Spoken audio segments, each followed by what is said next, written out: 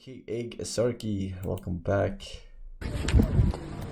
As inside the trash basement, they found clothes, boxes, and even a baby's high chair. Yeah, what is with this? I saw this. Right outside a secret tunnel dug right into the wall. Like, is this supposed to be a tunnel under New York that leads to a synagogue? Or what? I don't understand.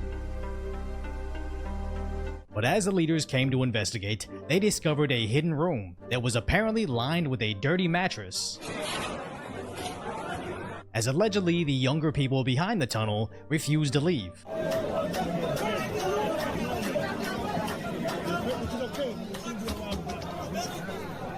But as the NYPD became involved, I want to clear the whole shoe line. Oh, shoot! Why is that? They want to fix this tonight. They need the shoe cleared. And to... they quickly began making arrests. It really riled up some of the group.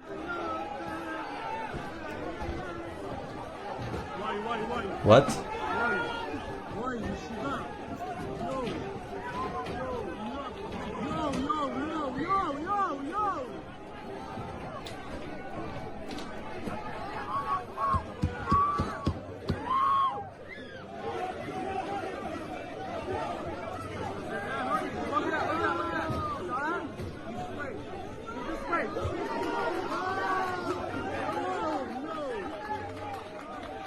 As they continued to pull more men from the walls.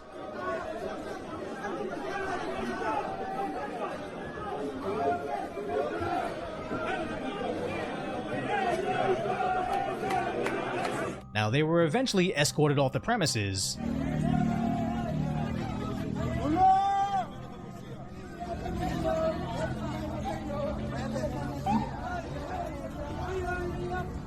and their chairman made an official statement condemning the vandalism of the group of young agitators and also thanking the NYPD for their actions, as others found the basement to be emptied,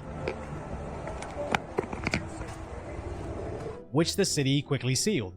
Now obviously there's going to be a lot of wild tinfoil hat theories about a spooky underground tunnel found underneath a Jewish synagogue, and I would normally be the first person to throw on my tinfoil beanie from decoyvoice.com to start digging into the nefarious origins of the mattress, high chair, and why the reaction was so split between the older and younger members. But then I thought, could this possibly just be a creative response by their youth to what happened to them in NYC in 2020? Where many people forget during the lockdowns, the NYPD seemed to specifically go after their group, and it's easy for us to forget, but I imagine they don't.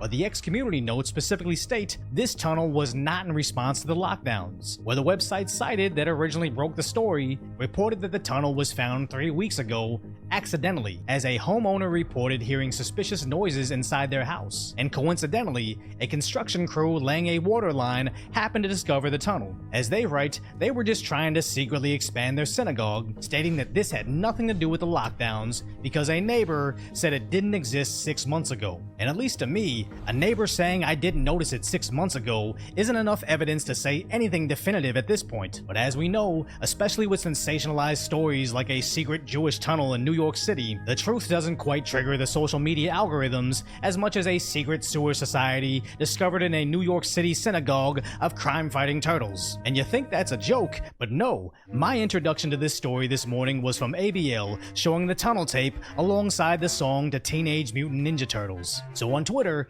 people were upset how wild the viral story was getting, saying it was just vandalism and there were no tunnels, stating it was just a punched out crawl space that shouldn't be global news. But the replies also ask, well, what about this tunnel? And also questioning the soiled mattress, stained clothing, secret exits, and resisting arrest. Which really goes to show how important framing is. Yes, all those things existed, but also are somewhat consistent with a bunch of idiots thinking they can safely dig a hole in a basement underneath a building. All except the soiled mattress found in the wall, which I still have questions about. But the original account that posted most of the footage stated they deleted the thread because social media users were spreading negative stories about their people. Now I know how online anonymity can really bring out the worst in people, but honestly, I like that. If someone's gonna go off the rails whenever given the opportunity to display their bigotry, I say, let them. I think of the wildly successful account that exposes the insanity of the left on TikTok, as there are so many scary things that these people actually think and are just openly saying on that platform that we wouldn't even know about without giving them the freedom to broadcast those thoughts. So I can understand that this one user doesn't want to see all these mean things on their feed, but Alright. I don't know what the fuck.